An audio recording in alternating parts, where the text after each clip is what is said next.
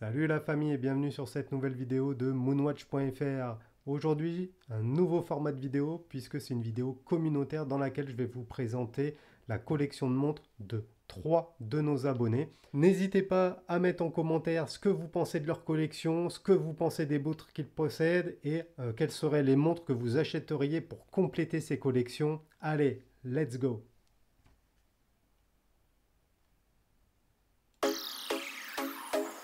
Alors on commence tout de suite avec la collection de Corentin. Donc une collection assez homogène, où on retrouve un petit peu tous les styles. Donc on commence avec une Tudor Royal, cadran bleu, chiffres romains, lunettes striées et bracelet intégré. Moi perso, je suis pas hyper fan de cette montre, il y a plusieurs choses qui me gênent. Tout d'abord la date et ensuite les chiffres romains. N'hésitez pas à mettre en commentaire ce que vous pensez de cette montre. Après, ça permet de faire un premier pas dans l'horlogerie suisse, on va dire de luxe, entre parenthèses, puisqu'on est sur un tarif tout à fait acceptable. Ça doit être autour des 2000 euros pour ce modèle. Ensuite, on a une Cartier, Cartier Santos. Ça doit être une Santos Galbé, si je dis pas de conneries. Donc là, on est sur un modèle vintage, Biton, or acier. J'aime beaucoup ce modèle. Alors je ne sais pas si c'est le modèle à quartz ou le modèle automatique. Quoi qu'il en soit, il est possible de trouver ce type de montre pour pas très cher. Et c'est de très très belles montres. Le bracelet, c'est juste une dinguerie, même si c'est l'horreur à régler. J'aime beaucoup. Bon là on voit quand même celle-là, elle a un petit peu de vécu, ça fait partie du charme de la montre également. On enchaîne avec une montre un petit peu plus sportive, avec une Baltic Aquascaphe. Donc c'était sur les premières générations, elle est montée sur son bracelet grainerie. Donc là on est dans la plongeuse telle que c'est le fer Baltic. J'aime pas trop ce modèle là non plus par rapport au nouveau modèle que je vous ai présenté en vidéo il y a quelques temps. Donc si vous n'avez pas vu la présentation, n'hésitez pas à aller voir la présentation de la nouvelle Aquascaphe sur ma vidéo. Dans tous les cas, cette montre, elle a beaucoup séduit et elle a plu à beaucoup de personnes. D'ailleurs, c'était un gros succès pour Baltic. On continue avec une montre un petit peu plus dress watch, avec une Orient. Bon, là, c'est du classique, c'est du pas très cher. Elle est montée sur un bracelet suédé qui lui va super bien, ça matche super bien le cadran gris. Bon, une Orient, hein, c'est un must-have. Généralement, quand on commence une collection de montres, on va toujours soit vers Seiko, soit vers chez Orient. C'est un bon choix. Là, une montre que j'adore, je ne l'ai pas cette montre-là, mais franchement, elle aurait pu être dans ma collection. C'est tout simplement une Casio électroluminescence. Donc, c'est la montre avant les G-Shock telle qu'on la connaît maintenant, avant les GWM 5610. Elle est très belle cette montre, j'adore. Il y a une petite touche de couleur, c'est un affichage digital, ça fait les fonctions, ça le fait bien. Par contre, elle est un petit peu petite pour moi, c'est pour ça qu'elle n'est pas dans ma collection. Et pour finir, il y a une montre d'une marque que je ne connais pas, Michael Moskvin. Donc, pas de bol, hein, c'est une montre Open Heart. Malheureusement, l'aiguille des minutes a été déchaussée. Du coup, je pense qu'elle est plus trop utilisable cette montre.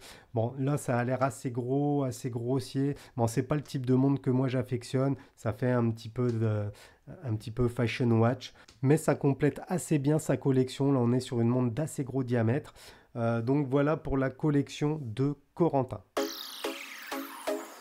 On continue avec l'impressionnante collection de Greg. Donc Greg, hein, c'est un petit jeune, faut savoir. C'est pour ça, vous allez voir qu'il y a des montres, on va dire, entrée, milieu de gamme, et aussi des montres hommage. Donc, tout d'abord, une petite Casio Quartz vintage. Alors ça, c'est ultra original. Je suis persuadé que ces petites montres, qui doivent pas coûter très cher à l'heure actuelle, elles vont finir par prendre de la valeur parce qu'il y en a plus tant que ça finalement, même si c'est des montres qui ont été produites par Cagette entière, on en croise très rarement. En tout cas, celle-là, je la trouve ultra stylée. L'intégration du bracelet, j'aime beaucoup.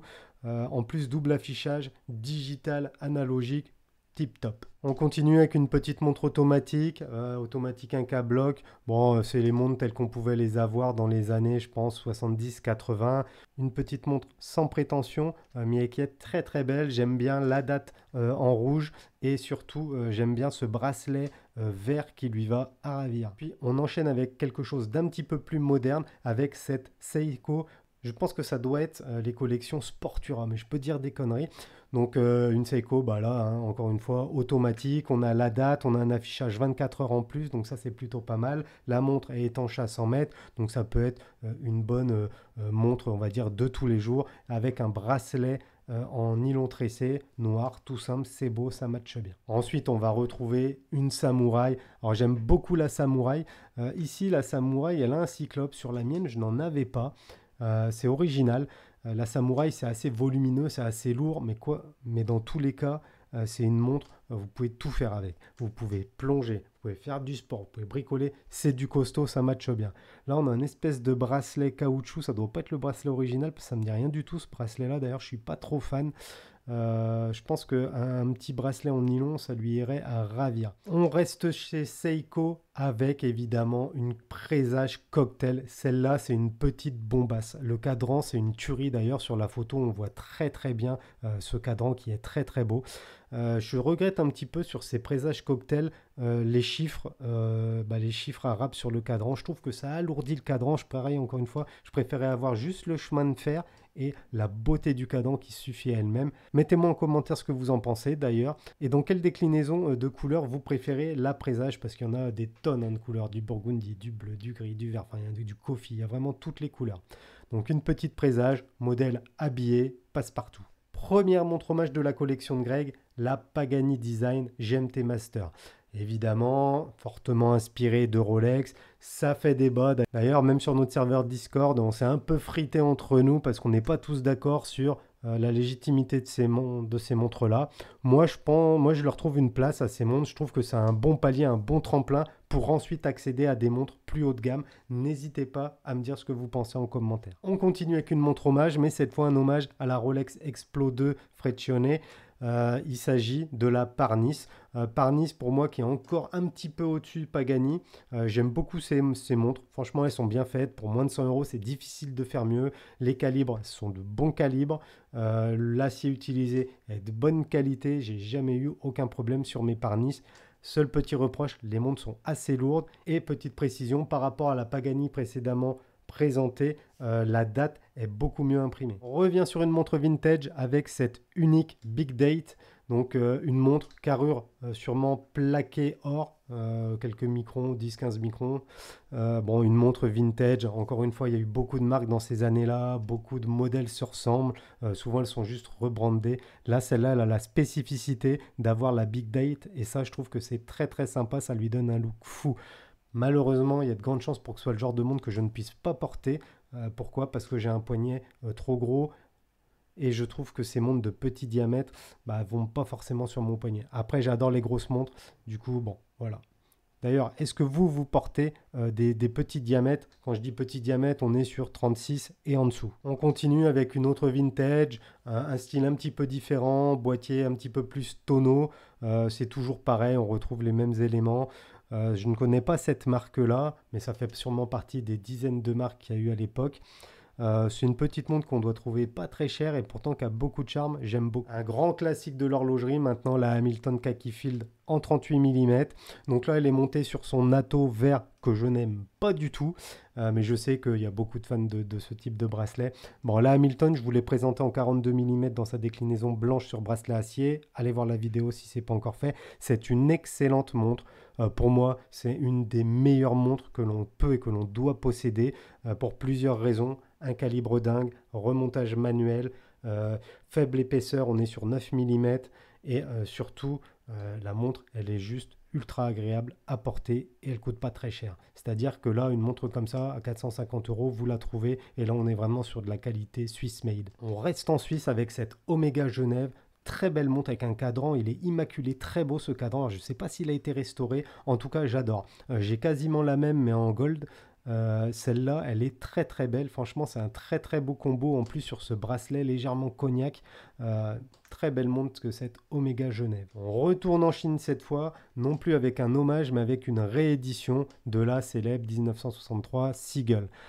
Alors cette montre, c'est une montre qui est revenue à la mode il y a 4-5 ans et elle a été déclinée du coup avec plein de coloris de cadran, plusieurs tailles de boîtier. Moi, je reste sur la version de base en acrylique avec le cadran jaune pâle un peu. C'est vraiment la version que je préfère. Là, c'est une version noire sous cadran paille. Ça match aussi, le bracelet match bien. C'est une excellente montre par son mouvement qui est le ST19, hein, le Sigul ST19. pour moins de 200 euros, c'est difficile de trouver un chrono méca de cette qualité. Une montre de sportif, je vous l'ai présentée sur la chaîne, la Secant Supercharger. Alors cette montre, elle a beaucoup d'avantages et elle a beaucoup d'inconvénients. Les avantages, c'est qu'elle est autonome, c'est la première montre connectée qui se recharge de manière automatique puisqu'elle a une masse oscillante. C'est également une montre on va dire mi-connecté, mi-automatique. Vous avez les avantages de l'un, les avantages de l'autre. Par contre, dessus, pas de notification de téléphone, pas de message, pas de choses comme ça. Et l'autre inconvénient, c'est l'épaisseur. Moi, je l'ai trouvé un petit peu épaisse. Là, une montre que j'adore. On en voit très, très rarement. Et c'est très, très dommage puisque ce sont des montres où on a la qualité et des prix adaptés. Il s'agit de la gamme Casio Edifice. Ici, c'est la version, une des versions chronographe, parce qu'il en existe des centaines de Casio et des Casio Edifice également. Donc une version chronographe. Il y a un petit côté de tagueur, je trouve. En tout cas, elle est très belle cette montre. J'adore également le bracelet qui est semi-intégré. Donc c'est plutôt un bon chrono à quartz, évidemment. Enfin, quartz solaire hein, quand même. Donc pas besoin de s'emmerder avec les piles. Une bonne valeur, une valeur sûre pour quelqu'un qui cherche une montre de tous les jours. Ensuite, on a une Siga Design Square. Alors les Siga Design, je suis assez mitigé. Honnêtement, ce modèle-là, carré, j'en suis pas hyper fan. Je trouve que c'est assez grossier. Le squelettage, je l'aime pas trop. Par contre, ils sortent des trucs. Je vous le montre dans la vignette. Là, je vous montre la montre qui a gagné un prix au GPHG. Je vous la présenterai bientôt en revue. Pour moi, cette montre, elle est incroyable. Donc, Siga Design, mettez-moi en commentaire votre avis sur cette marque. Ce modèle Square, je suis pas trop fan, je la trouve pas ultra lisible. On revient dans du vintage avec une petite Kelton 3 aiguilles Deadite. Kelton, tout le monde connaît cette marque, qui revient hein, d'ailleurs, qui ressort des modèles un petit peu plus modernes. Là, elle est montée sur un bracelet type lézard, c'est peut-être même du lézard, je sais pas. Ça lui va très très bien. Le gros inconvénient de Kelton, c'est que c'est pas hyper réparable. Moi, toutes les Kelton que j'ai eues, tant qu'elles marchent, c'est des bombes. Par contre, une fois qu'elles ne marchent plus, c'est impossible à les réparer. Il faut swapper le mouvement. Donc voilà, une petite vintage très sympathique. On revient sur une montre hommage avec cette Loreo automatique. Alors là, Loreo, on est vraiment dans le bas de gamme des hommages. Là, on a un mix sub Yachtmaster et on voit que le cadran est décalé. À mon avis, les pieds ont pété. Enfin, je sais pas. Disons que ça vaut 30 euros, pas plus. Après, quitte à acheter un hommage, je trouve quand même que les gammes Pagani, Parnis, Philida, ce type de marque Saint-Martin, c'est largement mieux que ça. Là, vous allez clairement perdre 30 euros. Alors que si vous achetez les marques que je vous ai dit juste avant, c'est des montres que vous allez pouvoir conserver plusieurs années sans aucun problème. D'ailleurs, on revient sur une Pagani Design avec un set hommage à la Daytona. Et ben moi, honnêtement, je trouve qu'elle est super réussie. On a une lunette céramique, ça faut savoir, c'est une montre qui coûte moins de 100 balles. On a une lunette céramique, on a un calibre Mecha Quartz et évidemment, du coup, comme c'est un Mecha Quartz de chez Seiko, un VK64 je crois ou 63, on va retrouver une date à 4h30, chose qu'il n'y a pas sur le Daytona. Pour 100 euros, ça fait le job. C'est une montre qui est très belle, qui est aussi lisible que la vraie Daytona, donc autant vous dire qu'elle n'est pas du tout lisible. Là, une montre qu'on a probablement tous eu, si vous êtes né dans les années 80, c'était le genre de montre qui était offert avec Télé Loisirs, Télé 7 jours et compagnie, une Lip Croix du Sud. Bon, c'est une montre toute simplette, à quartz. Bon, il y a des collectionneurs de Lip qui cherchent ce genre de modèle.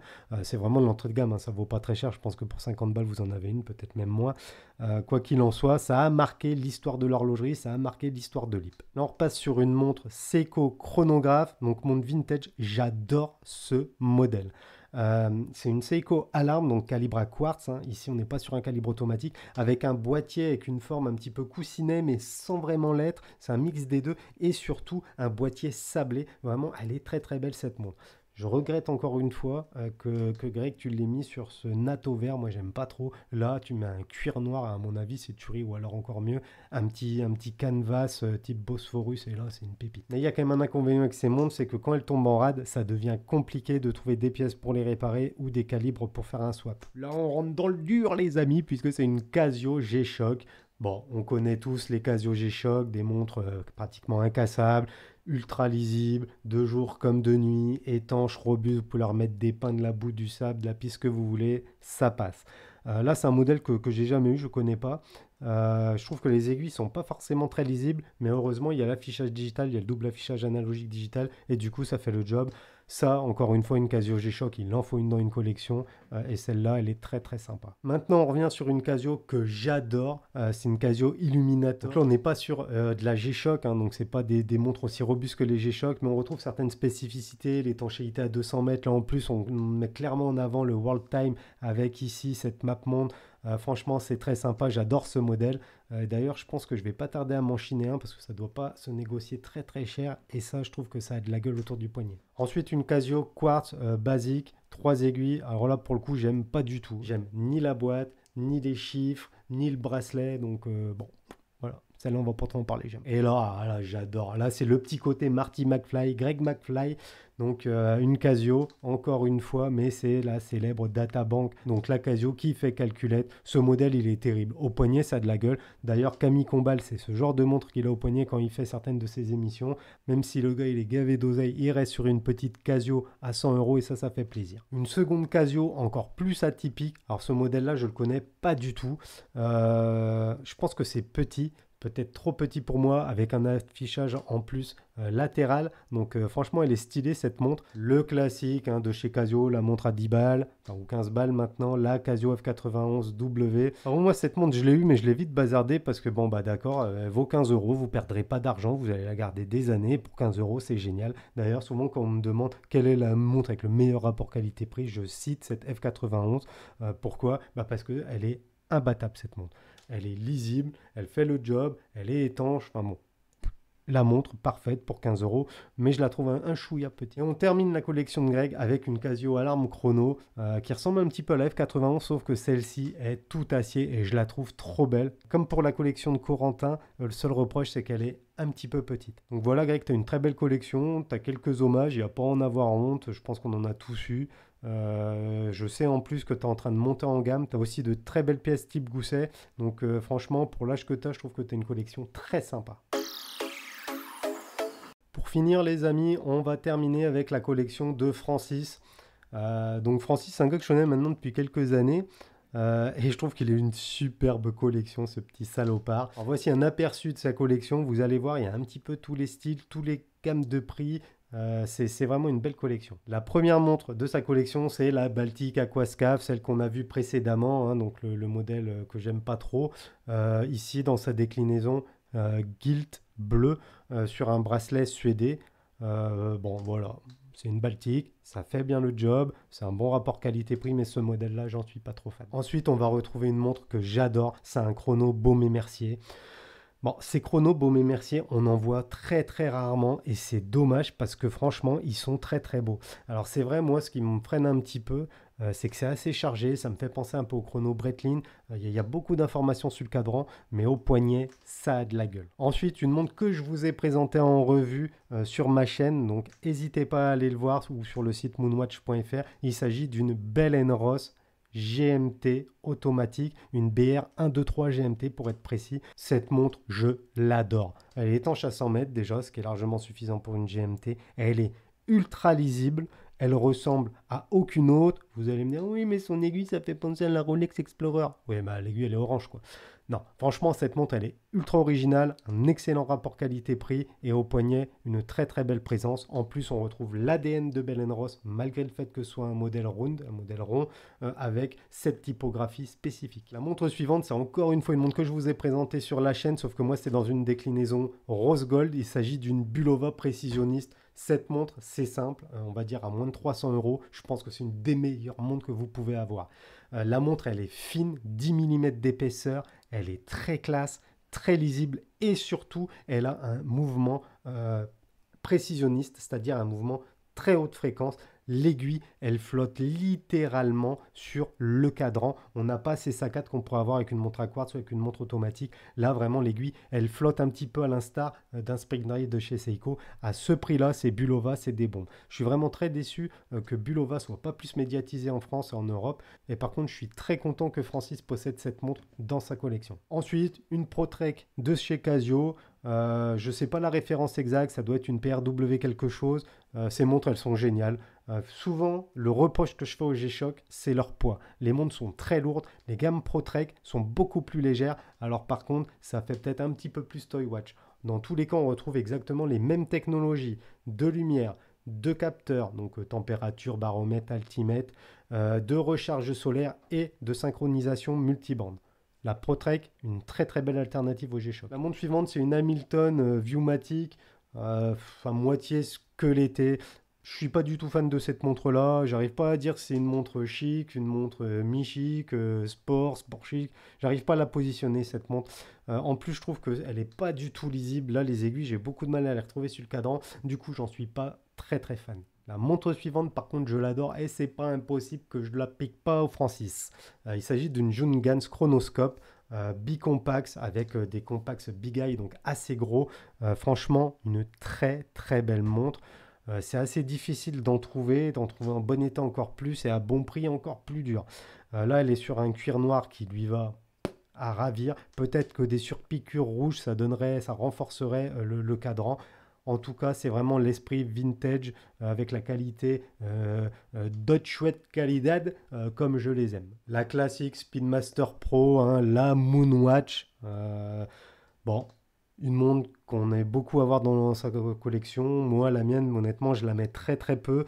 Je la trouve assez fade. Quand je l'ai eue, je l'ai adorée. La mienne est sur bracelet acier. Celle de Francis est sur un bracelet Cordura qui lui va à ravir. Je trouve que ça lui va même mieux que sur un bracelet en acier. Très très bon choix. Bon, la Speed, sa réputation est plus à faire. Un des meilleurs rapports qualité-prix plaisir que l'on puisse avoir à l'heure actuelle avec l'horlogerie suisse. On reste chez Omega avec une petite vintage, une fabrication suisse, automatique, 3 aiguilles. Je ne sais pas trop quand elle date cette montre, je dirais peut-être dans les années 60. Elle est originale cette montre avec des index en chiffres romains.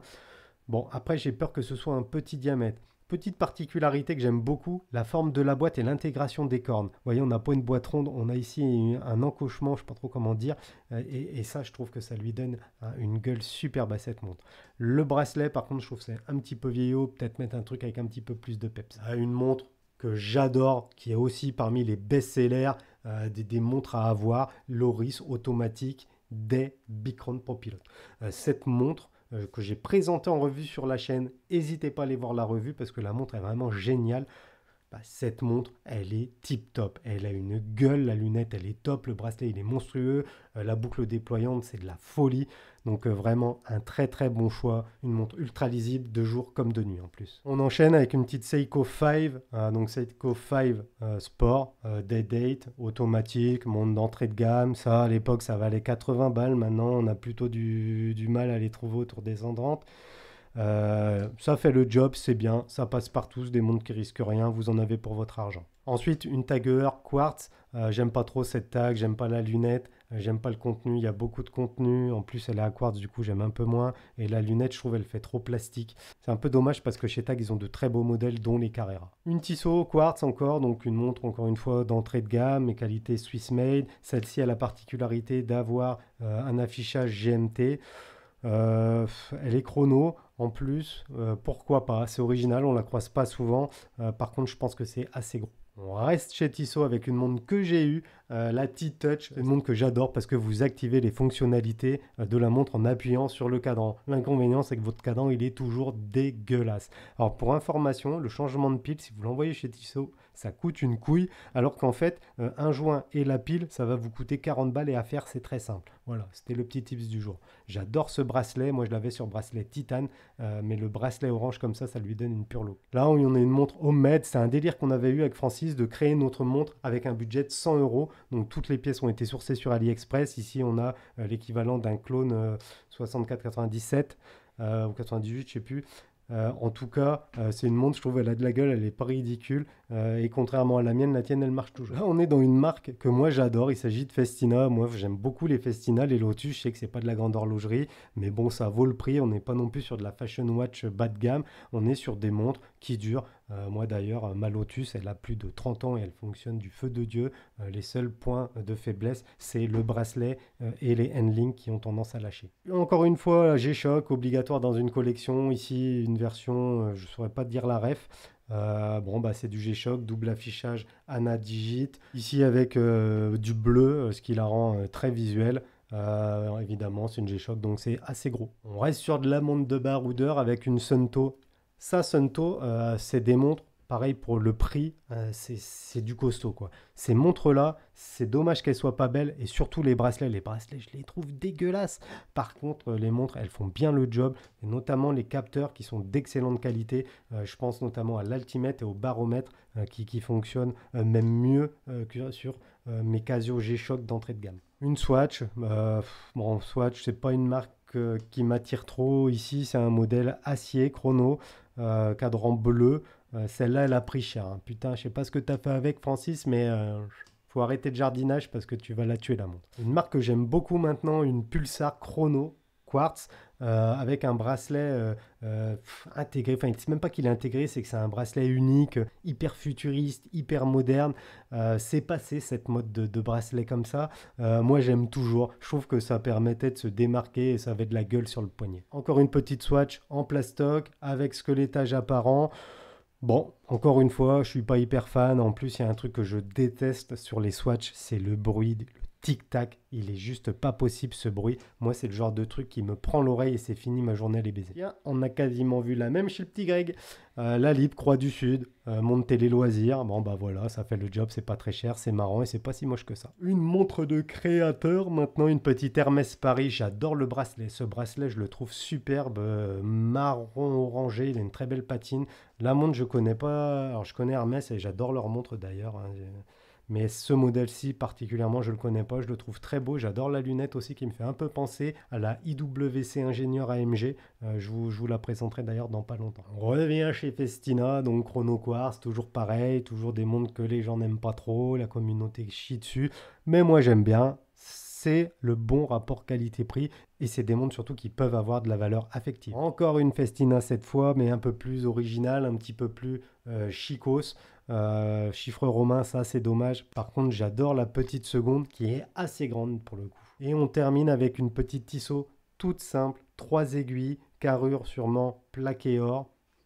Dans la simplicité, juste ce qu'il faut pour avoir une petite montre chic. Donc voilà la famille, j'espère que ce nouveau format vous a plu, un format un petit peu plus communautaire, histoire de partager de passionnés à passionnés. Dans cette vidéo, je suis également en train de refaire mon setup. Dites-moi ce que vous pensez de ce nouveau visuel. Là, je suis en train de refaire tout le bureau, de rendre ça vraiment un petit peu plus sympa, plus friendly. Mettez-moi un commentaire pour me dire ce que vous en pensez. Évidemment, c'est pas encore fini. Pensez aussi à vous abonner à la chaîne si c'est pas encore fait. Vous êtes nombreux à regarder mes vidéos, à pas être abonnés. C'est dommage, abonnez-vous, ça coûte rien, bordel de merde. Allez, sur ce, moi je vous dis à bientôt pour une prochaine vidéo. Salut la famille!